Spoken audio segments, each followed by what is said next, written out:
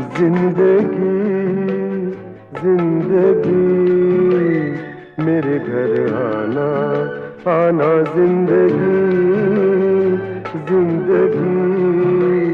आप सभी का स्वागत है दोस्तों, आपके ही अपने प्रोग्राम जिंदगी के रंग गीतों के संग में, जहां हम मिलते हैं उन खास लोगों से जिनकी जिंदगी संघर्ष, मेहनत और सफलता की प्रेरक कहानियों से भरी होती है। उनकी बातों के बीच में हम सुनते हैं कुछ ऐसे गीत जो उनके जीवन की भावनाओं और अनुभवों को संगीत में ढाल देते हैं। तो चलिए, आइए इस खूबसूरत सफर में हमारे साथ चलिए। जिंदगी जिंदगी। नमस्कार श्रोताओं, आप सुन रहे हैं कार्यक्रम जिंदगी के रंग गीतों के संग, और आज का रंग है संगीत की दुनिया का सतरंगी रंग। मैं आपकी आवाज का दोस्त आलोक कुमार हमेशा की तरह आपसे मुखातिब हूं। दोस्तों, आज की शख्सियत केवल एक नाम नहीं, एक यात्रा है। वर्दी से सुरों तक की यात्रा, कानून व्यवस्था से कला संवर्धन तक की यात्रा। 1989 में डीवाईएसपी के रूप में पुलिस सेवा की शुरुआत, 2003 आईपीएस बैच, राजस्थान के अनेक जिलों में ऐतिहासिक कार्यकाल, 800 किलो से ज्यादा नारकोटिक्स की जब्ती, कई ब्लाइंड मर्डर सुलझाए और छोटी सादरी जैसे पुलिस जनसंवाद के अभिनव प्रयोग किए। लेकिन इस दृढ़ और अनुशासित अधिकारी के भीतर एक संवेदनशील हृदय भी धड़कता रहा, जो संगीत, गजल, शायरी और संस्कृति से प्रेम करता था। 2013 की एक शाम दोस्तों के बीच उठी एक सरल सी बात आज एक अंतरराष्ट्रीय सांस्कृतिक आंदोलन बन चुकी है।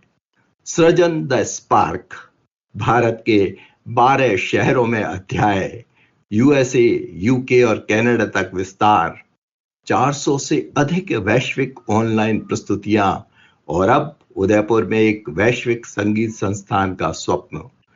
एपिटोम ऑफ वर्ल्ड म्यूजिक आज हमारे साथ हैं।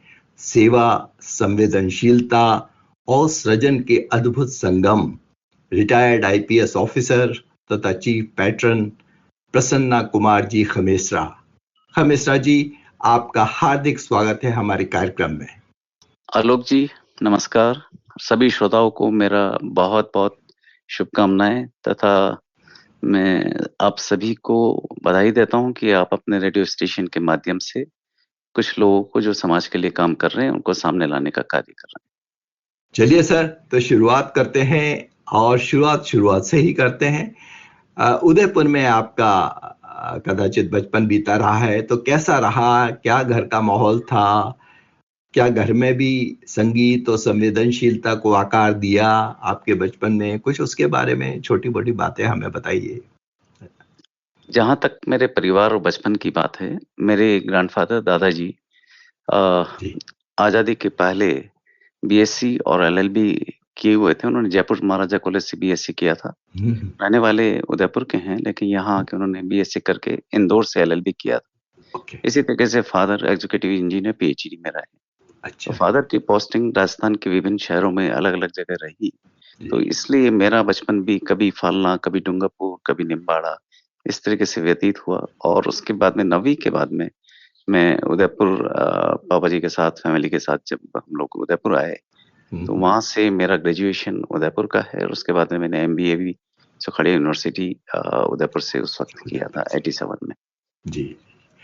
चलिए, तो उदयपुर से ही आपका बहुत साबका रहा है। तो फिर आपने एमबीए की शिक्षा भी ली और खेलों में भी आपकी रुचि थी। तो क्या इन दोनों चीजों ने, शिक्षा और खेलों ने, आपके जीवन को कुछ संतुलन दिया? कुछ दोनों चीजों में इंटरेस्ट आपका रहा है, तो कुछ उसके बारे में बताइए।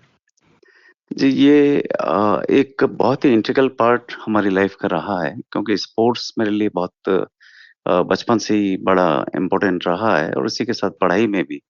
और मुझे ये बताते हुए खुशी होती है कि न केवल पढ़ाई में हम लोग क्लास में काफ़ी आगे रहे, बट विभिन्न खेलों के माध्यम से सभी लोगों के साथ में, चाहे वो क्रिकेट हो, चाहे बैडमिंटन हो, चाहे टेबल टेनिस हो, चाहे हॉकी हो, तो इसको ओके कॉलेज लेवल पे रिप्रेजेंट करने का मौका मिला। भाई, ये तो बहुत ही बढ़िया बात है। क्रिकेट और हॉकी दोनों आप खेलते थे। नॉर्मली लोग क्रिकेट खेलते हैं तो हॉकी नहीं खेलते, हॉकी खेलते हैं तो क्रिकेट नहीं खेलते, लेकिन आप दोनों खेलते थे, तो बहुत ही खूबसूरत बात है। तो क्रिकेट और हॉकी की बात पे खमीसरा साहब, हम शुरुआत करते हैं, थोड़ा संगीत को भी अपने कार्यक्रम में लाते हैं और एक गाने के लिए रुक जाते हैं, एक छोटा सा अंतराल लेते हैं, फिर आगे बातचीत करेंगे। और आगे हम बातचीत करेंगे आपसे, आपके जो डिस्टिंग्विश्ड पुलिस कैरियर है उसके बारे में थोड़ी सी बातचीत करेंगे। कुछ करिए, बस बस बड़ा बोले, अब कुछ करिए। ओ कोई तो चल सिद्ध फड़िए, तू बेतरिए या मरिए। हाय कोई तो चल सिद्ध फड़िए, तू बेतरिए या मरिए। चक दे हो चक दे इंडिया, चक दे हो चक दे इंडिया, चक दे हो चक दे इंडिया, चक दे हो चक दे India. Nowhere to run, nowhere to hide. This is the time, let's do or die. Nowhere to run, nowhere to hide. This is the time, let's do or die.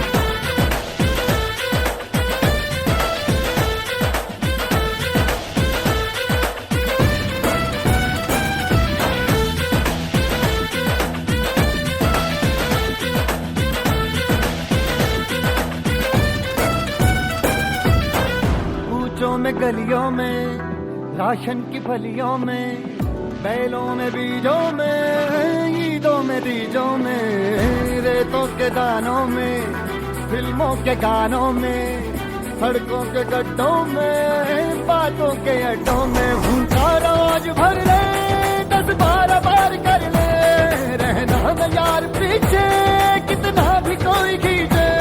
टस है ना मस है जी, जिद है तो जिद है जी, किसना यूं ही पिसना यूं ही पिसना यूं ही बस करिए। कोई तो चल सिद्ध फड़िए, तू बेतरिए या मरिए। हाय कोई तो चल सिद्ध फड़िए, तू बेतरिए या मरिए। 1989 से आईपीएस तक की यात्रा, कौन सा मोड़ आपको सबसे निर्णायक लगता है? इसकी तरह तरह की मोड़ आए होंगे, तो कुछ उसके बारे में बताइए। कौन सा आपको ऐसा लगता था बहुत चेंजेस आए जहां से आपकी लाइफ में? आलोक जी, सबसे बड़ा चेंज तो इस पुलिस में सर्विस में आने का ही रहा, हाँ, क्योंकि कहीं दूर दूर तक भी ये ख्याल नहीं था कि मैं इस पुलिस की नौकरी में आऊंगा। जब मैंने एमबीए किया था तब हमने हमारे पारिवारिक अंकल की एक फैक्ट्री थी, तो उस फैक्ट्री को हमने एमबीए करने के बाद में करियर बनाने का किया था। फिर अचानक हमारे एक मित्र का मेरे पास में एक पत्र आता है। उस पत्र को मेरे चाचा जी ने पढ़ा, क्योंकि मैं अहमदाबाद उस वक्त शिफ्ट हो चुका था एमबीए करने के बाद में। उसमें उसने लिखा था कि 2 नावों की सवारी करना उचित नहीं होता। और जब चाचा जी ने ये चीज पढ़ा तो उन्होंने मुझे बोला कि जाके एग्जाम दे लीजिए, 1-2 साल के लिए कोशिश कर लीजिए, हो जाता है ठीक है, नहीं तो वापस इसमें आइए। तो वह एग्जाम, मैंने एक मित्र की चिट्ठी ने मेरा पूरा करियर वहां से चेंज कर दिया, और मैं एग्जाम दी और पहले अटेम्प्ट में मेरा एसडीवाईएसपी सिलेक्शन हुआ है। That's wonderful. देखिए, कोई ना कोई ट्रिगर होता है, एक चिट्ठी ट्रिगर बन गई आपके लिए। हाँ। जी, और नहीं तो आप अपने बिजनेस में ही लग जाते, फैक्ट्री संभालते। वाह। बिल्कुल बिल्कुल, क्योंकि एज ए प्रोफेशन मेरे को एमबीए के बाद में एक नेचुरल रिकॉर्ड्स वही था कि इंडस्ट्री लाइन में जाएं, क्योंकि मुझे जॉब नहीं करना था, तो इंडस्ट्री लाइन में ही जाने वाले थे। एकदम से ट्विस्ट आ गया करियर में पूरा टोटली। जी, बिल्कुल बिल्कुल। चित्तौड़गढ़ में भी आपका काफी लंबा टेन्योर रहा है।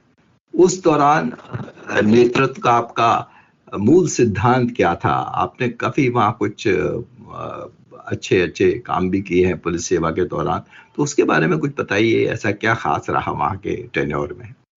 जी, चित्तौड़ का मेरा कार्यकाल पूरे करियर में काफी एक अलग सा स्थान रखता है। वैसे जैसे मैं आपको बताया था कि 89 में मैं एज डीवाईएसपी प्रोबेशनर के तौर पर करियर शुरू किया। उसके बाद में जी। पहली पोस्टिंग हिंडौन डीवाईएसपी, फिर छोड़ीसाड़ी डीवाईएसपी, फिर राजसमंद डीवाईएसपी, फिर प्रतापगढ़, फिर वापस झुंझुनू। ये मेरी डीवाईएसपी के तौर पे पोस्टिंग्स रही। देन एडिशनल एसपी के तौर पे प्रतापगढ़, राजसमंद, चित्तौड़गढ़, सिरोही, दौसा, सिरोही आगे मेरी पोस्टिंग रही।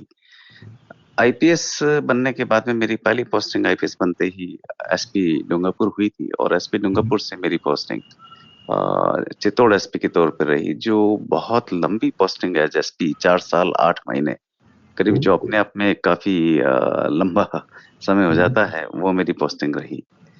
अब चूंकि चित्तौड़ कानून व्यवस्था की दृष्टि से और दृष्टि से भी काफी सेंसिटिव रहता है, तो जैसा आपने कहा कि हमेशा ही कुछ न कुछ चीज चैलेंजिंग होता रहा लाइफ में वहाँ पे, और उस चीज को हमने जैसे भी है डील किया और समय वहाँ निकला। उसके बाद में एज डीआईजी जयपुर में मेरे को 2.5 साल रहने का काम रहा।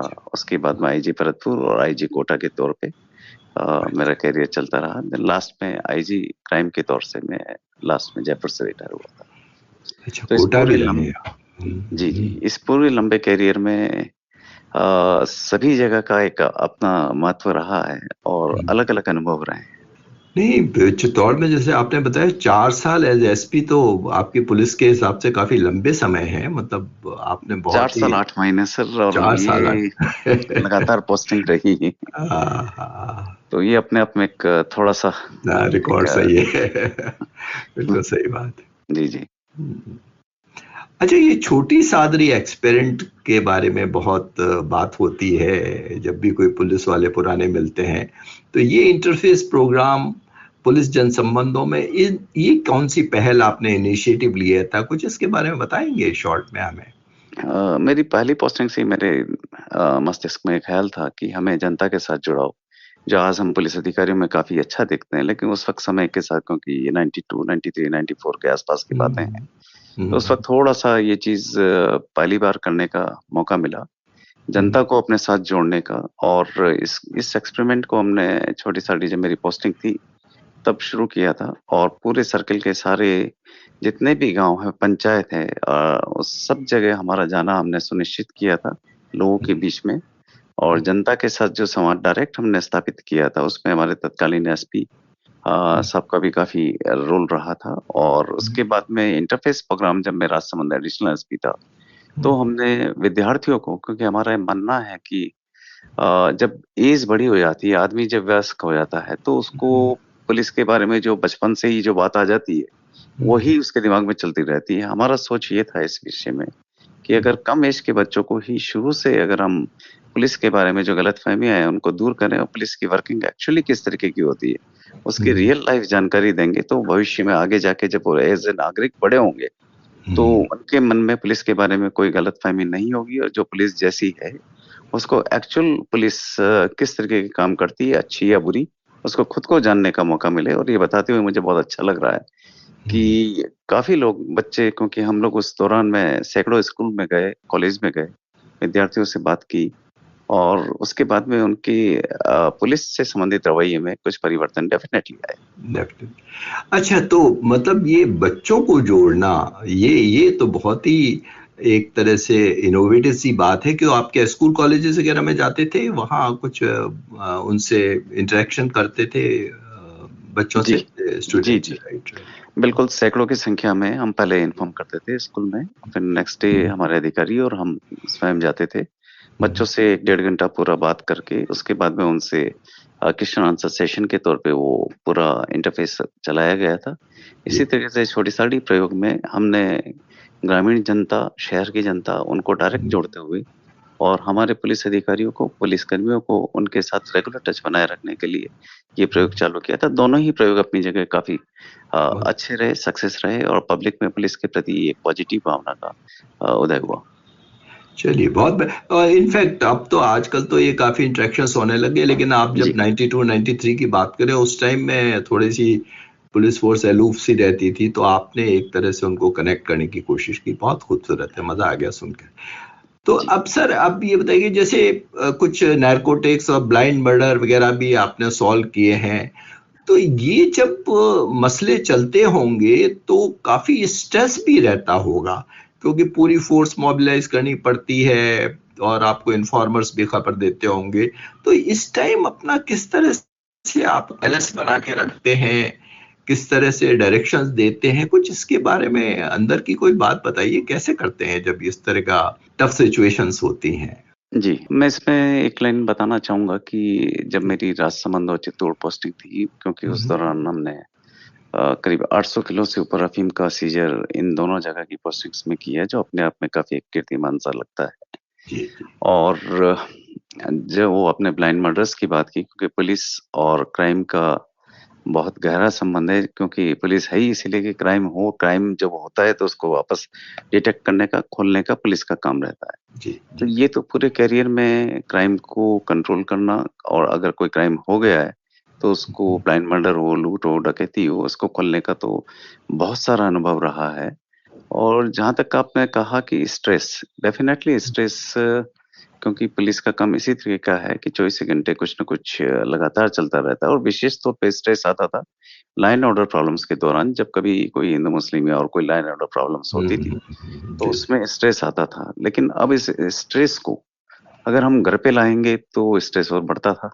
हम लोगों ने कोशिश की कि हमारे सहयोगियों के साथ में मिलकर उस स्ट्रेस को तत्काल डील करें, जो भी प्रॉब्लम है उसको तत्काल डील करें, कैसे इसको खोलें, जनता के साथ अच्छा संबंध बनाए रखें, और पुलिस कर्मियों में as a team work, team spirit की तरह काम करें।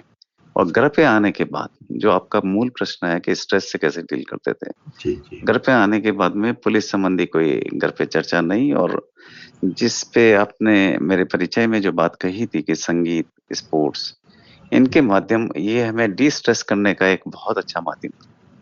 मजा आ गया आपकी बात सुन के।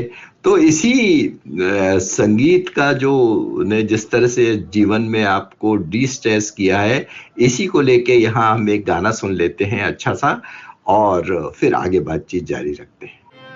गम पे धूल डालो,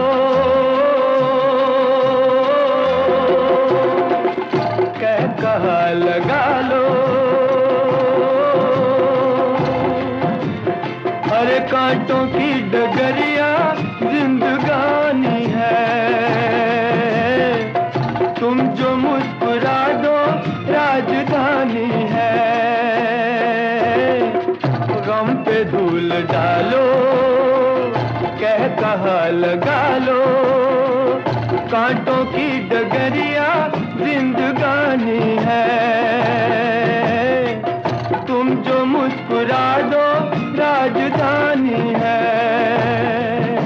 ये होंठ सूखे सूखे, ये भाल रुखे रुखे, बोलो छाई उदासी क्यों यारो, यारो नीलाम करो सुस्ती, हमसे उधार ले लो मस्ती, अरे हस्ती का नाम तंदुरुस्ती, अरे यारो नीलाम करो सुस्ती, हमसे उधार ले लो मस्ती, अरे हस्ती का नाम तंदुरुस्ती, यारो नीलाम करो सुस्ती।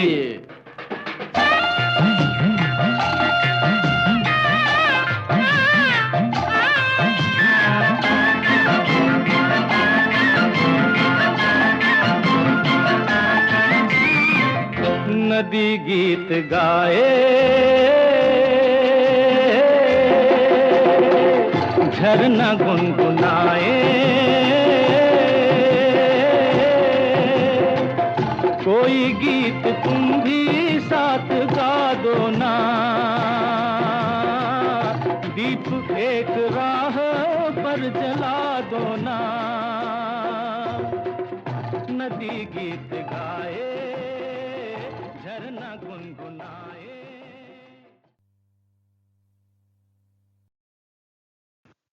हाँ, तो वेलकम बैक हमेशा जी। अब आते हैं हम दूसरी तरफ रुख करते हैं। एक सख्त पुलिस अधिकारी के भीतर संगीत का ये कोमल, इसकी शुरुआत कब और कैसे हुई? क्या आपको बचपन से गाना गाना पसंद था या संगीत पसंद था? कुछ बताइए, ये बहुत ही दिलचस्प होगा। ये वास्तव में बहुत दिलचस्प आपका प्रश्न है। मैं पूरे लाइफ में कभी कोई गाना नहीं गा पाया। ये एक चीज़ आपको बताते हुए, थोड़ा आपको भी सुनते हुए अजीब लगा होगा, लेकिन ये सत्य है कि मैं कभी गाना नहीं गाता। लेकिन उसके बावजूद बचपन से जो संगीत का शौक लगा, वो शौक लगा हमारे घर पे दादाजी के ज़माने का एक रेडियो हुआ करता था। जी और जी। फादर ने, मैं जब छोटा था, बहुत छोटा था, तो एक मुझे टेप रिकॉर्डर ला के दिया था। ओके। और स्कूल से जब मैं 5वीं के बाद में, जब चौथी 5वीं में जब पढ़ता था, घर जब आता था, तो उस रेडियो पे जो मर्फी का एक छोटा रेडियो हुआ करता था उस बिल्कुल ज़माने में, बिल्कुल बर्फी का होता तो था। उस पे 12:30 बजे बाद जो संगीत ऑल इंडिया रेडियो पे जो गाने आते थे, वो मैं सुनता था। और धीरे-धीरे ऐसी आदत बचपन से ही अ, होती चली गई कि मुझे बताते हुए भी अच्छा लगता है कि कभी बुधवार शाम को अमीन सयानी का बीना का आय गीतमाला हाय सुन रहे आय हैं, हाय। कभी 7:05 सुबह जो पुराने गाने ऑल इंडिया रेडियो पे आते थे, उर्दू सर्विस पे 7:30 से 8 के बीच में, वो सुनते थे। रेडियो सिलोन सुनते थे मॉर्निंग में, और दिन में ऑल इंडिया रेडियो की उर्दू सर्विस पे जो 3:30 बजे आय बाद हाय। वाले जो गाने आते थे, वो सुनना। और धीरे-धीरे आदत ऐसी पड़ गई कि रात को 12:30 बजे से 1 बजे एक पुराने गानों का एक प्रोग्राम रेडियो पे आया करता था। उसको सुनते हुए, और विविध भारती के कार्यक्रमों का तो खैर कहना ही क्या था। आपने पुरानी दिनों की याद संगीत ताज़ा सरिता करवा दी। हवा महल सब बिल्कुल। अब ये तो आपने दिल की बात छेड़ दी। हम तो वैसे भी रेडियो के दीवाने हैं। और अभी 13 को सर वर्ल्ड रेडियो डे था। उस दिन जी, भी जी। बहुत कार्यक्रम आए थे, बहुत बहुत। और ये तो आपने जो जो बताया बिल्कुल मजा आ गया। और रेडियो सिलोन, अमीन सयानी। अब मैं कुछ मेरे पास अमीन सयानी जी के बारे में, मैं भी उनका बहुत शैदाई हूँ, तो जी। आपके साथ शेयर करूंगा मैं कभी। चलिए। तो स्पेशल ये तौर पे जब 7:55 हुआ करता था, रेडियो सिलोन का लास्ट गाना जब केएल सहगल साहब का बजना शुरू केएल करता सहगल साहब का आता था। और पहला गाना वो चुप है जमाना आज पहली तारीख है, था। किशोर बिल्कुल कुमार सर, वाला जो वो गाना, जो दिन अलग थे, बिल्कुल। फर्स्ट तारीख होती थी जब, हमेशा वो गाना आता था। बिल्कुल सही जी, बात। जी। बिल्कुल बिल्कुल सही बात है। पुराने गाने। और अमीन सयानी और शिव कुमार सरोज, गोपाल, ये स्टारवर्स थे सर, अनाउंसर उस जमाने के। अमीन सैनी साहब का पूरा जो बीना का गीतमाला का जो रहा है, जो उनका हाँ सफ़र, बाद में उन्होंने अलग से पूरा कंप्लीट रिकॉर्ड भी हाँ कराया था, वो मेरे पास है। हाँ बिल्कुल और बिल्कुल। कभी-कभी मैं अभी भी सुनता हूँ उनकी आवाज़, और मुझे बताते हुए अच्छा लग रहा है। कल परसों ही मैं अमीन सयानी के बारे में वापस पढ़ रहा था कहीं। अरे वाह! मैं अभी उनकी एक बहुत बड़ी आ रही है, मेरे को आज ही मिली है। मैं आपके पास में एक उसका टीज़र आया है और एक पूरा जी, प्रोग्राम आ रहा है अमीन साहब, मैं आपके साथ शेयर करूँगा। ये तो बात अपनी और दूसरी शुरू हो गई। चलिए, क्योंकि हम लोग तो दीवाने हैं सर। हुँ। तो एक तरह से संगीत आपके लिए तनाव मुक्ति का तो माध्यम रहा ही है। और आपने जैसे बताया विविध भारती तो बाद में शुरू हुआ, लेकिन विविध भारती भी हम लोग ये रात को जो मनचाहे गीत और आया करते थे, छाया गीत प्रोग्राम आया करता था, बहुत ही बढ़िया जी। था। चलिए। और इसी के साथ में मैं, क्योंकि स्पोर्ट्स में मेरा शौक रहा है, तो जी। 1971-72 ऑनवर्ड्स जब मैं 7-8 साल का था, हुँ। तब से ही क्रिकेट टेस्ट मैचेस की कमेंट्री सुनना, टेनिस मैचेस की कमेंट्री सुनना, हुँ। हॉकी मैच जो वर्ल्ड कप इंडिया वर्सेस 72 का जो एम्स्टर्डम अपन हॉलैंड से फाइनल में 3-2 से हारे थे, हाँ, हाँ। उसकी कमेंट्री मैंने लाइव 7-8 साल की उम्र में सुनी थी। आए हाय! तो तो वो शौक जसदेव जो सिंह जी के आपने लिए। जो बिल्कुल जसदेव सिंह जी, मुरली मनोहर मंजरू, सुशील दोषी, सब बाद में हाँ, सही। सुनते रहे हाँ, इनको। हाँ, हाँ, जसदेव सिंह जी। तो जसदेव सिंह जी। ये सारा शौक इसीलिए सारा स्पोर्ट्स का, म्यूजिक का, ये सभी इसका शौक शुरू करने वाला मेरे लिए रेडियो रहा है। बिल्कुल, बिल्कुल सही बात, बिल्कुल सही बात। बिल्कुल, जसदेव सिंह साहब की अभी 2009 में मेरी उनकी डेथ से पहले जी, मुलाकात हुई थी, बहुत जी, बढ़िया। जी, जी। चलिए सर, तो मज़ा आ गया सारी बातचीत करके।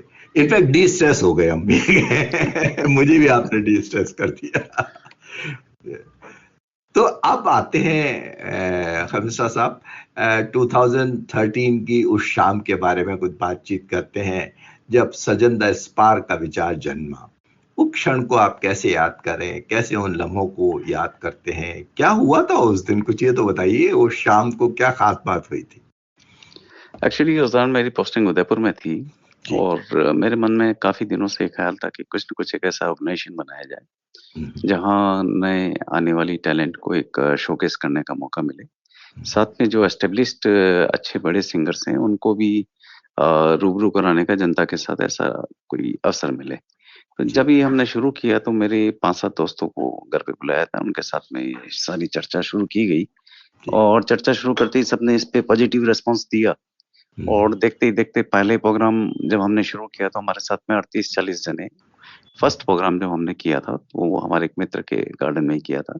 अच्छा। 40 जने जोड़े, तो उसके बाद से फिर लगातार ये अपने आप में, क्योंकि इसका बड़ा पॉजिटिव इम्पैक्ट चलता चला गया। देखते ही देखते पूरे शुरुआत उदयपुर से हुई, फिर राजस्थान में 6 चैप्टर हैं, जयपुर, जोधपुर, कोटा, झुंझुनू, भीलवाड़ा। इसी तरीके से इंडिया में 6 बड़े शहरों में और अहमदाबाद, हैदराबाद, चेन्नई, दिल्ली वगैरह चैप्टर्स इसके लॉन्च हुए। और देखते-देखते मुझे खुद को पता नहीं ये कैसे अपने आप में बढ़ता चला गया सब मित्रों के सहयोग से। नहीं, बहुत खूबसूरत। तो आपको क्या अंदाजा लगा था उस टाइम कि ये एक अंतरराष्ट्रीय मंच बन जाएगा? आपकी एक छोटी-सी जो गार्डन में आपने एक शुरुआत की थी, महफ़िल टाइप लगाई होगी उस टाइम, तो आपने अभी इतना बड़ा इंटरनेशनल फोरम बन जाएगा, कुछ अंदाजा था उस time? To be frank enough उस वक़्त ऐसा कोई अंदाज़ा नहीं था। जी। शुरुआत में इतना ही था कि ये उदयपुर में है और हमारे मित्रों के साथ सहयोग से कुछ सुनेंगे, करेंगे। लेकिन हमारे एक अजीज मित्र जो उन दिनों हिंदुस्तान जिंक में कर रहे थे एज ए सीईओ, तो अच्छा। उन्होंने इसको और सपोर्ट देने के लिए फैसला किया और उस सपोर्ट से फिर जब 1-2 बार बड़े कार्यक्रम हुए तो लोगों का जुड़ाव भी इसके साथ बढ़ता चला गया। हुँ। और फिर देखते ही देखते सभी जगह हमारे जो दोस्त लोग हैं उनके सहयोग से आज एक संगीत की दुनिया में एक बड़ा नाम अपने आप में ये ऑर्गेनाइजेशन कर चुका है। नहीं सर, इसके लिए आपको सलाम है, क्योंकि देखिए क्या है कि मैं हमेशा एक ही बात कहता हूँ कि किसी भी चीज़ को शुरुआत करना तो फिर भी शुरुआत हो जाती है, लेकिन इसको over the period of time sustain करना, बनाए रखना उसको और आगे बढ़ाता रहना, ये बहुत मुश्किल होता है। और जिस तरह का हमारा माहौल है उसमें बहुत ज़्यादा मुश्किल होता है। तो वो जो सस्टेन आपने किया है इसको और बढ़ाया है, तो ये बहुत बहुत ही अद्भुत है, मैं तो यही कहूँगा। तो सर इसमें सबसे बड़ा जो कंट्रीब्यूशन रहा है वो हमारे मित्रों का और उन साथियों का जो इसके साथ जुड़ते चले गए। और इसके पीछे एक प्रिंसिपल इसमें हमेशा काम किया है डिसेंट्रलाइजेशन का। जी। हमने जहाँ-जहाँ भी ये चैप्टर्स बने वहाँ सेपरेट ट्रस्ट आज जो सब जगह बहुत अपने आप में अच्छा कार्य कर रहा है, उसके पीछे कारण ये है कि सब जगह सेपरेट ट्रस्ट बने हैं। जो अच्छा। उनकी ऑफिस बीयरर्स होते हैं वो उस ट्रस्ट के और जो एग्जीक्यूटिव बॉडी है वो अपने आप में पूर्णतः सक्षम है, अपने सारे फैसले वही लेते हैं, वही अपना सारा डिसीजन लेते हैं। और क्योंकि बड़ा डेमोक्रेटिक वे में ऑर्गेनाइजेशन वो लोग भी अपने लेवल पे काफी उस तरीके से चलाते हैं, तो इसमें लोगों को जुड़ने में कभी कोई दिक्कत नहीं हुई और सारे अच्छे लोग इसके साथ जुड़ते चले गए। और चूंकि भावना सही है, किसी का इसके पीछे कोई गलत इंटेंशन नहीं है, तो जो अच्छे लोग जब एक साथ चलते हैं तो फिर और काफी लोग अपने आप जुड़ते चले जाते हैं और यही इसकी ताकत है। हाँ, वो बात तो बिल्कुल आपकी सही है, बज़ा फरमाया आपने, क्योंकि डिसेंट्रलाइज करना भी बहुत ज़रूरी है। लेकिन आपने सही लोगों को जोड़ा और सही लोग इसलिए जुड़े कि आप सही थे। तो ये दोनों बातें एक दूसरे पे बहुत ज़्यादा इंटरडिपेंडेंट हैं। आपने अच्छे लोगों को जोड़ा और वो भी इसलिए जुड़े कि आप जो शुरू का सेंट्रल फिगर है वो सही होता है, तो वो बहुत बड़ी बात है। तो चलिए इसी सही और खूबसूरत बात पे कि एक छोटी सी चीज की शुरुआत होती है और आगे बढ़ जाती है, हम एक कोई अच्छा सा गाना सुन लेते हैं और फिर आगे इस सफर की शुरुआत करते हैं। जिंदगी एक सफर है सुहाना, यहाँ कल क्या हो किसने जाना। जिंदगी एक सफर है सुहाना, यहाँ कल क्या हो किसने जाना। हाँ, जिंदगी एक सफर है सुहाना, यहाँ कल क्या हो किसने जाना। अरे ओडले ओडले ओ, ओडले ओडले ओ, ओडले ओडले ओ, ओडले ओडले ओ, ओडले ओडले ओ, ओडले ओडले ओ, ओडले ओडले ओ, ओडले ओडले ओ।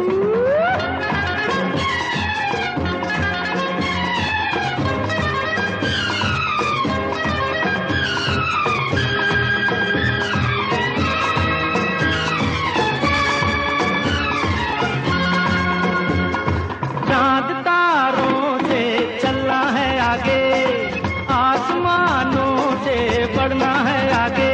अरे चांद तारों से चलना है आगे, आसमानों से बढ़ना है आगे।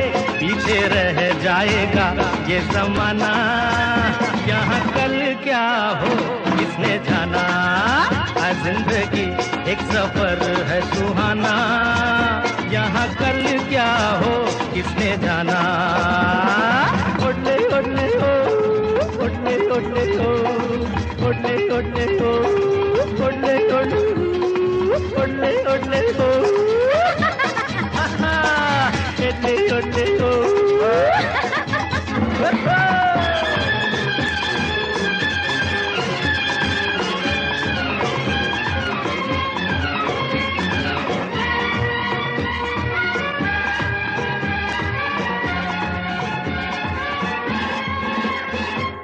हंसते गाते जहाँ से गुजर, दुनिया की तू परवाह न कर। हंसते गाते जहाँ से गुजर, दुनिया की तू परवाह न कर। मुस्कुराते हुए दिन बिताना। हाँ खमेश्वर साहब, आज 12 भारत में आपके चैप्टर्स हैं, यूएसए, यूके, कनाडा में विस्तार है। तो वही जैसा आपने अभी थोड़ा सा जिक्र कर ही दिया था कि प्रबंधन का मॉडल क्या है, कुछ और बताना चाहेंगे इसके बारे में? इसका विशेष रूप से जो हमारे ऑर्गेनाइजेशन का जो फैला हुआ है, ये कोविड पीरियड में ऑनलाइन प्रोग्राम्स जब शुरू किए तो बताते हुए अच्छा लगता है कि कोविड में ऑनलाइन प्रोग्राम्स, क्योंकि बाद में तो काफी ऑर्गेनाइजेशंस की तरफ से हुए, लेकिन शुरुआती ऑर्गेनाइजेशंस सृजन द स्पार्क हुआ करता था। उस वक्त उदयपुर और जयपुर हमारे 2 चैप्टर वर्क कर रहे थे, जोधपुर भी था। उसके बाद में जब ऑनलाइन शुरू हुए, पूरे वर्ल्ड से हमारे साथ में श्रोता जुड़ने शुरू हुए उस प्रोग्राम्स में, तो धीरे धीरे आपस के संपर्क से, दोस्तों के संपर्क से अलग अलग जगह चैप्टर्स लॉन्च हुए। और बताते हुए अच्छा लगता है कि 400 से ज्यादा ऑनलाइन प्रोग्राम उस वक्त कोविड पीरियड में किए गए थे। कुल मिला के आज तक 400 से ऊपर, जैसे मैंने आपको बताया, ऑनलाइन प्रोग्राम, लेकिन 200-250 से ऊपर, 250-300 से ऊपर प्रोग्राम ऑफलाइन यानी स्टेज प्रोग्राम अलग अलग शहरों में जहाँ हमारे सृजन चैप्टर्स हैं वहाँ किए गए हैं। और इसके माध्यम से संगीत की सेवा करने का, क्योंकि हमारे ऑर्गेनाइजेशन में काफी प्रोफेशनल्स, बिजनेसमैन, इंडस्ट्रियलिस्ट जुड़े हुए हैं, तो उनके लिए भी एक, जैसा अपन ने बात की है, डी स्ट्रेस करने का एक बहुत बढ़िया मौका, और समाज के साथ जुड़ने के लिए उनको एक मौका मिला है। ये तो आपने बता दिया। मेरे जहन में अभी 2 सवाल आए हैं, ऑफ द कफ है।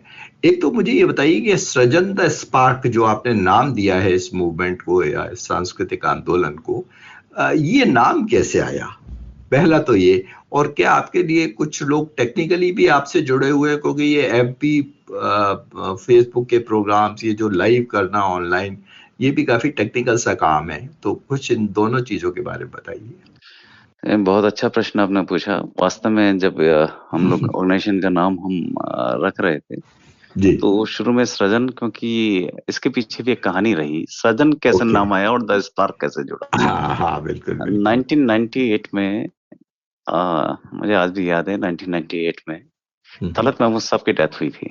आए हाय आए हाय। तो उनकी याद में हम लोगों ने एक प्रोग्राम रखना चाहा था, और राजसमंद जेल के अंदर हमने वो प्रोग्राम बहुत बड़े लेवल पे कुछ मित्रों के साथ आयोजित करवाया था।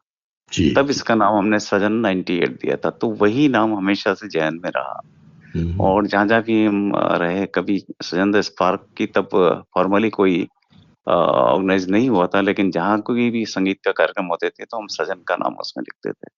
ये मेरे दिमाग में शुरू से रहा। अब जब 2013 में जब हम लोगों ने इस ऑर्गेनाइजेशन को शुरू किया तो शुरू में सृजन की बात आई। हमने कहा केवल इस नाम से तो और भी ऑर्गेनाइजेशन होंगे और कार्यक्रम होते ही रहे हैं। सृजन क्योंकि अपने आप में काफी, हमने कहा इसमें कुछ ना कुछ ऐसा एडजेक्टिव जोड़ा जाए, तो क्योंकि हम नए आर्टिस्ट को बढ़ावा देने का इसके पीछे मेन मकसद था, जो उनको मंच देने के लिए एक ऐसी स्पार्क ढूंढने का हमारे मन में ख्याल था। इसलिए द स्पार्क इसमें जोड़ा गया। और सृजन द स्पार्क, और इसी नाम से फिर इसको रजिस्टर करवाया गया। नहीं, ये आपने क्लैरिफाई कर दिया। स्पार्क मतलब नई टैलेंट्स के हिसाब से कि जिसमें स्पार्क हो, और सृजन तो क्रिएटिविटी है ही। बिल्कुल सही बात। और तलत महमूद साहब की याद करके आपने बहुत मजा कर दिया कि मैं उनका बहुत बड़ा फैन हूँ, जी। तो मुझे विशेष तौर और पे रविवार के दिन शाम को 4 बजे बाद बैठ के तलत महमूद को जो सुनने का रेडियो पर मजा आता था या टेप रिकॉर्ड पे, वो अलग ही था। बस सर, मैं तो उस जमाने में जब वो रिकॉर्ड प्लेयर हुआ करते थे, तो जी। इनके एलपी आया करते थे, जी, जी। तलत महमूद साहब के, मधुशाला के, और वो सारे, वो मुझे आज भी याद है कि वो दिन क्या क्या दिन हुआ करते थे। सर इसी बात पे मुझे मैं पहले बताना भूल गया, हमारे घर पे अ, उस वक़्त का जिसको चूड़ी वाला बाजा कहते थे, पुराने ज़माने का रिकॉर्ड प्लेयर हाथ से चलाने वाला, हाँ, वो हुआ करता था और मेरे पास 1930s की रिकॉर्ड्स उस वक़्त की, जो एक साइड में एक ही सॉन्ग उसपे होता है। तो वो रिकॉर्ड्स भी और आज भी उस पे कभी-कभी सुनते हैं तो कुछ अलग ही अनुभूति होती है। हाय हाय हाय, 78 आरपीएम के जो रिकॉर्ड हुआ जी, जी, करते जी, थे, जी, बिल्कुल जी। बिल्कुल। फिर बाद में ईपी आए, फिर एलपी आए, लेकिन 78 आरपी में वो चाबी लगा के, और फिर कभी जब बिल्कुल, उसकी बिल्कुल। चाबी खत्म हो जाती थी तो बड़ा वैसा गाना बजता ओ था। पिन मिलना बड़ा मुश्किल हो पिन जाता पिन है ला, कुछ भी। उसकी उसको उल्टा करके, टेढ़ा करके उसमें पिन लगाया करते थे। अरे जी। साहब, वाह, क्या क्या किस बड़ा नॉस्टैल्जिक है ये सारी बातें करना। अब तो वो चीजें ही नहीं रही। खैर, रिकॉर्ड प्लेयर ही खत्म हो गए। फिएस्टा का एक एचएमवी का बिल्कुल, आता था, वो बिल्कुल मेरे खत्म पास हो गए भी सर, था। बिल्कुल खत्म। इवन अब तो सीडी भी खत्म हो गई, कैसेट्स खत्म हो सीडी गए, भी सीडी खत्म, खत्म हो गई, बिल्कुल दौर ही अलग आ बिल्कुल। गया। अब ये जो आप ग्लोबल म्यूजिक इंस्टीट्यूशन बनाना चाह रहे हैं, ये क्या विजन है? कुछ बताएंगे इसके बारे में? ये हमारे उदयपुर ऑर्गेनाइजेशन के जो साथी हैं, उन हम्म, सब लोगों का एक ख्याल था कि अपन जब संगीत के लिए काम करना चाहते हैं तो एक अपनी खुद की एक एकेडमी हो। तो ओके। इसके लिए उन्होंने अपनी सेविंग से, क्योंकि सजन का कोई भी कार्यक्रम कभी भी कोई टिकेटेड या डोनेशन कार्ड पे नहीं होता। सब मेंबर्स अपना खुद का कंट्रीब्यूट करके या कोई स्पॉन्सर कोई हो जाता है तो उसी के थ्रू करते हैं। Okay okay. तो उसके थ्रू आपस में इकट्ठा करके अपने सेविंग्स के थ्रू एक एकेडमी बनाने का फैसला किया और उसके लिए ऑर्गेनाइजेशन ने एक ज़मीन ली है। और बताते हुए लगता है कि हमने शायद 6 अप्रैल को इसी वर्ष 2025 में एकेडमी के कंस्ट्रक्शन का काम भी हमारी उदयपुर टीम ने शुरू किया है और उम्मीद करते हैं कि आगे आने वाले 2 सालों में सभी साथियों के सहयोग से और कोई अच्छे, अगर कोई इस बड़े इंडस्ट्रियलिस्ट जुड़ेंगे तो इसको जल्दी इस बिल्डिंग को पूरा करने का काम किया जाएगा। इस जगह हम लोग चाहते हैं कि हमारी फ़ोक आर्ट्स को, हमारी लोक कलाओं को, हमारे अच्छे संगीत को आगे बढ़ाने के लिए ये एकेडमी एक अच्छी तरीके से काम करे। बाहर के अच्छे एक्सपर्ट्स को बुला के बच्चों को ट्रेन करें और जो अच्छे आर्टिस्ट हैं, उनका परिचय भी उस एकेडमी के माध्यम से उभरते हुए आर्टिस्ट को कराएँ। जी, बहुत खूबसूरत साहब। और ये तो आपने बहुत ही अच्छी बात बताई कि आपका कोई प्रोग्राम में टिकटिंग नहीं होती है और सब लोग आप ही रिसोर्सेज मोबिलाइज करके और प्रोग्राम करते हैं, और फिर आपने उसको मूर्त रूप भी दे दिया है। जो आपका विजन है, इनफैक्ट वो जमीन पर उतर गया है, कहूँगा, और साल 2 साल के अंदर वो पूरा, मतलब फाइनल शेप में आ जाएगा। बहुत खूबसूरत है। तो इसी जो संगीत की आप सेवा कर रहे हैं, इसी के नाम पे रुक के एक हम गाना सुन लेते हैं और फिर आगे चलते हैं। सत्यं शिवं सुन्दरम् सत्यं शिवं सुन्दरम् सत्यं शिवं सुन्दरम् सुन्दरम् आ आ सत्यं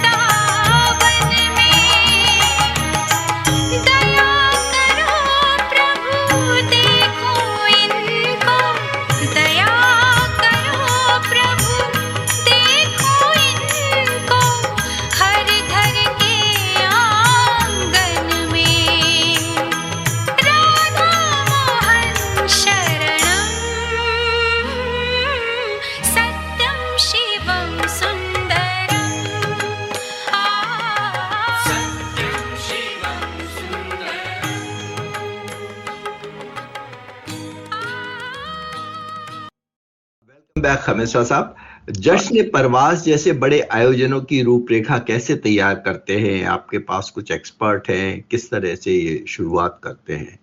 क्योंकि जश्न परवाज ही बहुत शब्द ही अपने आप में अनूठा है।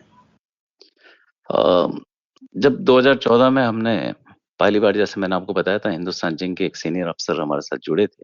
जी। उन्होंने जब कहा कि नहीं, इसको एक बड़े लेवल पे एक प्रोग्राम आयोजित किया जाए उदयपुर में, तब जैसा सजन द स्पार्क नाम कैसे हुआ, उसी तरीके से जश्न परवाज नाम भी हमारे एक मित्र हैं उदयपुर में, जो हमारे शुरू से इस संस्थान के एक पिलर की तरह काम कर रहे हैं, अब्बास अली बंदूकवाला जी। उन्होंने कहा कि इसका नाम, क्योंकि अपन एक जश्न शुरू कर रहे हैं, तो इसका परवाज जो एक उड़ान है, उसी हिसाब से इसको रखा जाए।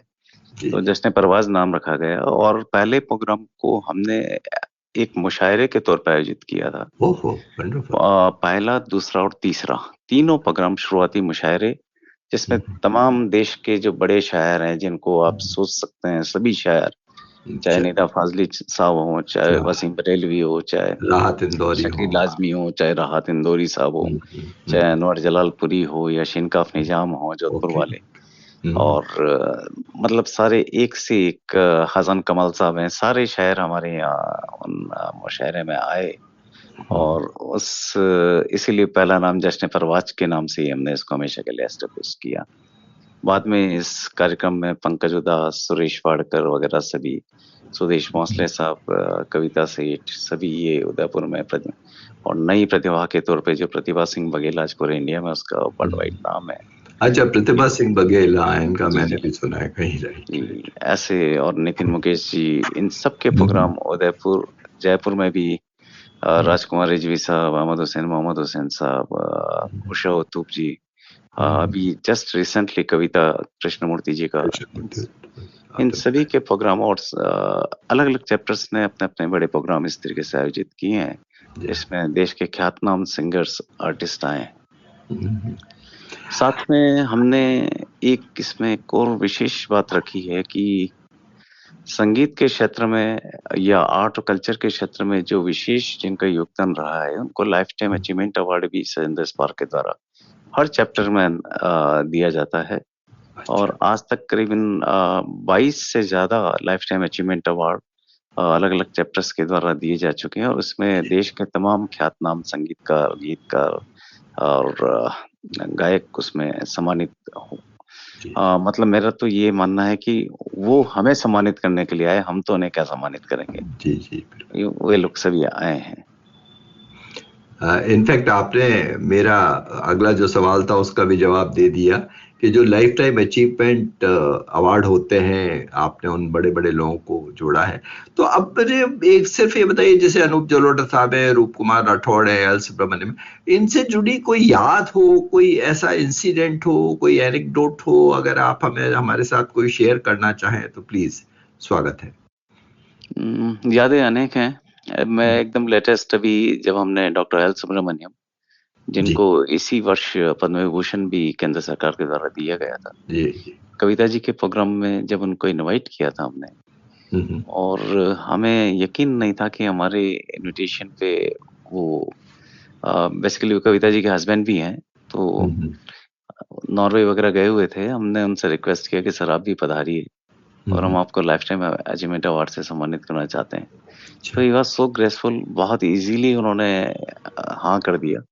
लेकिन चूंकि हम कोई भी आर्टिस्ट जो जिनको लाइफ टाइम अचीवमेंट अवार्ड हम देते हैं, कभी हम उनसे ये रिक्वेस्ट नहीं करते हैं कि आप कहीं सोलो, आप 5 मिनट, 10 मिनट, 15 मिनट जो भी है बीच प्रोग्राम के दौरान कुछ अपना एक जस्ट ऑडियंस के लिए थोड़ा सा अपना प्रस्तुति। बट डॉक्टर एल सुब्रमण्यम साहब जो इतने बड़े आर्टिस्ट हैं, ही वाज सो सिंपल, और जितने आज तक हमारे आर्टिस्ट आए उन सब ने कुछ न कुछ ऐसा किया। बट मैं इसमें ये था कि डॉक्टर एल सुब्रमण्यम कहीं करें ना करें, क्योंकि कविता जी का प्रोग्राम है उस बीच में, वो लेकिन वो स्टूल लगा के बाहर साइड में बैठ गए चेयर पे जब कविता जी का प्रोग्राम चल रहा था, और मुझे बुला के उन्होंने कहा कि बिल्कुल चिंता ना कीजिए, मैं करूंगा। और हम ये सोच रहे थे 5 मिनट का वो परफॉर्म करेंगे, लेकिन उन्होंने करीबन आधे घंटे का परफॉर्मेंस दिया और पब्लिक को बड़ा जबरदस्त उसका आनंद मिला। तो ऐसे उषा मंगेशकर जी ने, जब उनको लाइफ टाइम अचीवमेंट अवार्ड दिया गया था, तो उसपे जैसा हमें बताया गया कि लता जी ने उस वक्त तुरंत ही अवार्ड लेती, जैसे उषा जी ने अवार्ड ग्रहण किया था, उन्होंने स्वयं ट्वीट किया था।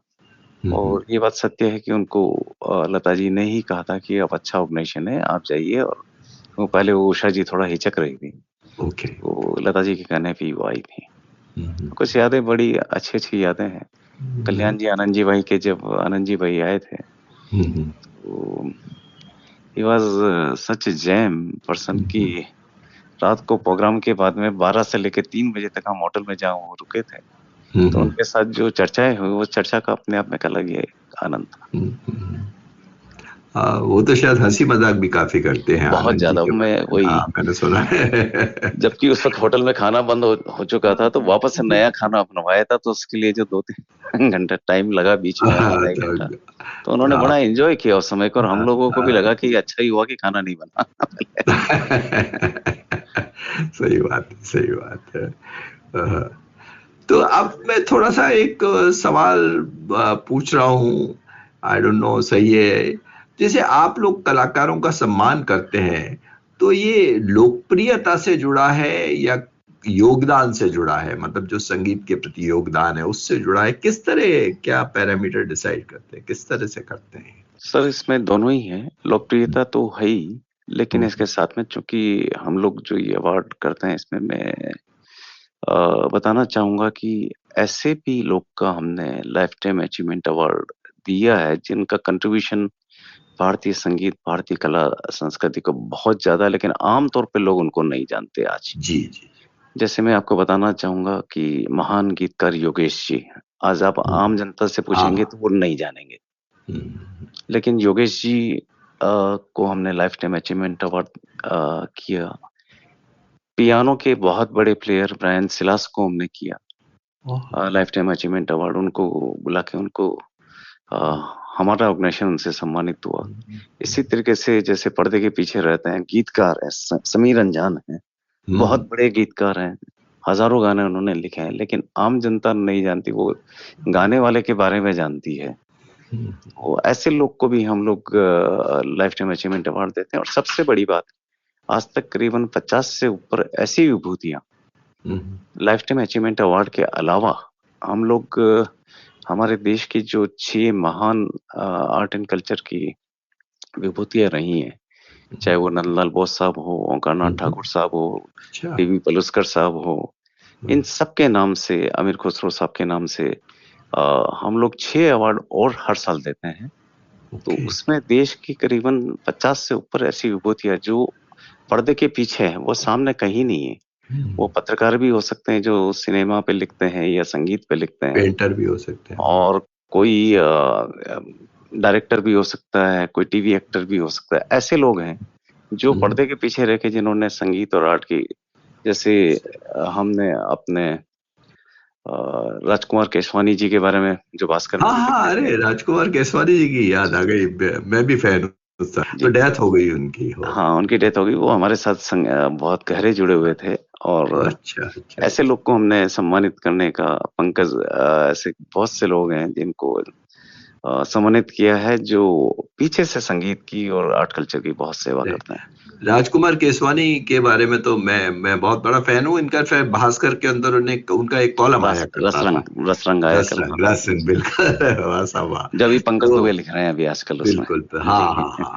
तो वो राजकुमार केसवानी जब तक थे तो मैं काफ़ी रेगुलरली पढ़ता था उस कॉलम को। शायद संडे-वनडे को आता था मेरे ख्याल जी, से। संडे को आता तो था, और संडे आपको को। बताते हुए मुझे अच्छा लग रहा है कि मेरी हर महीने उनसे लंबी टेलीफ़ोन पे बात, जब अरे तक वो वाह! जीवित रहे, हुआ करती थी हमेशा अरे ही। वाह, वाह, वाह, वाह! हम और बहुत इतने संगीत पे अच्छा। चर्चा करते थे। हाँ, और पुराने किस्से सुनाते थे और उर्दू भी बहुत अच्छी थी उनकी। जी। और मैं थोड़ा उर्दू का शहनाई हूँ तो मुझे भी बहुत अच्छा लगता था उनकी बात सुनते। पुराने-पुराने किस्से लाते थे। अरे मज़ा आ गया था। अब खमीसा साहब बकौल अमीन सयानी करीब-करीब पायदान पर ही आ गए हैं। आप का जिस तरह का लीडरशिप स्टाइल है, आप पर्दे के पीछे रहकर काम करना ज़्यादा है, ऐसा लोग कहते हैं। तो क्या नेतृत्व शैली का हिस्सा है? बताइए इसके बारे में। जैसा मैंने पहले भी अपनी बातचीत में आपको बताया था कि थोड़ा मेरा डेमोक्रेटिक रूप से अपना रुझान रहता है हर मामले में। पुलिस की नौकरी में भी शुरू से लेके आखिर तक मैंने अपने नीचे मातहत जो भी कर्मचारी रहे उनको कभी मातहत नहीं माना। मैंने साथ का कार्य करने वाला उनको माना है। एक ही एम की उद्देश्य की पूर्ति करने के लिए उनको अपने टीम का सदस्य माना है। तो सब जब मिलके काम करते हैं, आपसी राय से करते हैं, हो सकता है कि फाइनल डिसीजन हमेशा हमने लिया हो। जैसे मान लीजिए मैं सुपरिटेंडेंट ऑफ पुलिस हूँ या आईजी हूँ उस जिले का या उस रेंज का, अगर मेरे पास पूरी जिम्मेवारी है तो डेफिनेटली सारा फाइनल कॉल मेरा रहेगा, फाइनल डिसीजन मेरा रहेगा। लेकिन अगर हम 5 व्यक्तियों से बात करके और उस डिसीजन की तरफ आगे अग्रसर होते हैं तो वो हमेशा बेहतर होता है। और ये कार्यप्रणाली शुरू से रही और मुझे इसमें कहते हुए संकोच नहीं है कि मेरे सभी साथियों का मुझे पुलिस में, चाहे वो कांस्टेबल हो या चाहे अधिकारी हो, सबका बहुत सहयोग मिला और उसी सहयोग से और टीम स्पिरिट से काम करने की वजह से पुलिस की जो लंबी 35 साल की यात्रा रही वो संपन्न हुई थी। और वही कार्यप्रणाली चाहे कहीं भी रहे, चाहे वो संगीत के क्षेत्र में हो, चाहे खेल के क्षेत्र में हो, वही कार्यप्रणाली हमेशा मेंटेन रखेगी। बहुत खूबसूरत साहब, क्या क्या बढ़िया बात बताई है आपने। और पुलिस सेवा और सांस्कृतिक सेवा, ये दोनों ही सेवाएं आप कर रहे हैं, दोनों के एक ही रूप में, एक ही ध्येय, और आपने करीब करीब बता ही दिया कि किस तरह से कर रहे हैं। अच्छा, मैं खमिश्रा साहब, अब चूंकि हम इतनी आराम से बातें कर रहे हैं, आपने शुरुआत में कहा था, आई डोंट नो मुझे ये सवाल पूछना चाहिए या नहीं, कि आप गाना नहीं गाते, ठीक है, लेकिन माशाल्लाह आपकी जो आवाज आ रही है ऑनलाइन मेरे को बहुत बहुत खूबसूरत है और बहुत बढ़िया आवाज आ रही है। तो अगर कुछ गुनगुनाना चाहें तो गुनगुना दीजिए, कोई पंक्तियां सुनाना चाहें तो पंक्तियां सुना दीजिए, कोई शेर व शायरी सुनाना चाहें तो वो सुना दीजिए, कुछ कर सकते हैं हमारे लिए? हमारे अजीज और जो हमारे सदन के पैटर्न भी हैं, उस्ताद अहमद हुसैन साहब, मोहम्मद हुसैन साहब जी, उनकी गजल की लाइन है जो मैं ऐसे ही आपको बोल के सुना सकता हूँ कि जर्रों जी। से राह गुजर कर चमक अपनी छोड़ जाऊंगा, पहचान अपनी दूर तलक छोड़ जाऊंगा। Okay, okay. और जहाँ गुनगुनाने की आप बात कहेंगे तो मुझे बचपन से केवल एक गाना मैं कभी-कभी एक आध लाइन उसकी गुनगुना देता हूँ कि जिंदगी का सफर है ये कैसा सफर, कोई समझा नहीं, कोई समझा जाना नहीं। नहीं। वाह। ये हमारा बड़ा फेवरेट गाना रहा है हाँ, और बड़ी इसमें कल्याण जी, आनंद जी साहब की हाँ, धुन रही है और आनंद जी साहब से जो इस पे वापस जब चर्चा हुई तो अलग ही बात थी। वाह। शायद सफर फिल्म का गाना है जहाँ तक मुझे जी, याद जी, बिल्कुल, है बिल्कुल, ना? बिल्कुल, हाँ, जी। हाँ। इस फिल्म किशोर साहब के को इस पे लाइव किशोर फिल्म किशोर फेयर साहब, अवार्ड मिला किशोर कुमार बिल्कुल जी को इसमें। बिल्कुल, राजेश खन्ना, शर्मिला जी, जी, टैगोर और जी, फिरोज जी, खान जी। की पिक्चर थी, बड़ी प्यारी पिक्चर थी। सही है। और जीवन से भरी त्याग मजबूर करें जीने के लिए, ये दो गाने बहुत ही मकबूल थे इस पिक्चर के। ये मैं जब 7-8 साल का था, तब 8-9 साल का, तब मैंने गाना पहली बार सुना था और तब से जी, एक फेवरेट गाना ये और एक मन्ना डे साहब का जिंदगी कैसी है पहेलिया है, कोई समझा नहीं, कोई हाँ, जाना नहीं। बहुत ही बढ़िया, आनंद और का गाना उसके है। गीतकार साहब योगेश जी को जब हमने बुलाया तो इसी हम्म, बैठ के जो उन्होंने सारी चीजें बताई, हाँ, वो जिंदगी के अमूल्य यादों में से हैं। बिल्कुल बिल्कुल, मजा आ गया साहब आपके साथ। सारा कुछ जितनी बातें हुई इतनी नॉस्टैल्जिक हैं कि मैं क्या कहूँ, कि इंटरव्यू तो बहुत होते हैं लेकिन आपके साथ बात करके मजा आ गया।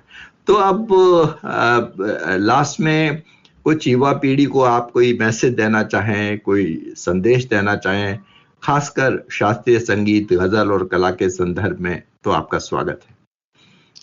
युवा पीढ़ी को मेरा एक संदेश हमेशा रहेगा कि आप जिस भी प्रोफेशन में हैं, आप चाहे अभी पढ़ाई कर रहे हैं, बाद में आप किसी नौकरी में आएंगे या बिजनेस करेंगे, वो आपका एक प्रोफेशनल लाइफ का अलग हिस्सा है। लेकिन साथ में आपको अपना इंडिविजुअल पर्सनालिटी डेवलपमेंट करने के लिए या रखने के लिए, उसके लिए आपको प्रयास करने की जरूरत नहीं है। अगर आप डिफरेंट फील्ड्स में अपनी रुचि को बनाए रखेंगे, आप इंजीनियर इंजीनियर की नौकरी कर रहे हैं, आप प्रोफेसर हैं, ठीक है, आपके सब्जेक्ट में आप अच्छा करें, बहुत अच्छा करना चाहिए, आप बिजनेसमैन हैं, करिए। लेकिन साथ के साथ अपने चारों तरफ जीवन में जो अलग विधाएं हैं, चाहे वो आप संगीत का हो, चाहे कोई पेंटिंग का हो, चाहे क्रिकेट का हो, चाहे किसी अन्य स्पोर्ट्स का हो, चाहे पॉलिटिक्स का हो, किसी का भी हो। आप अपनी रुचि अन्य क्षेत्र में भी कहीं न कहीं, मैं ये नहीं कहता कि आप 5 तरीके की रुचि पैदा करें, लेकिन 1, 2, 3 जो भी आप कर सकते हैं, आप मेंटेन रखें। उसकी वजह से क्या होगा कि आपके संपर्क बहुत अच्छे बनेंगे। आप जिस प्रोफ़ेशन में हैं, उस प्रोफ़ेशन का कार्य भी आप बहुत बेहतर कर पाएँगे।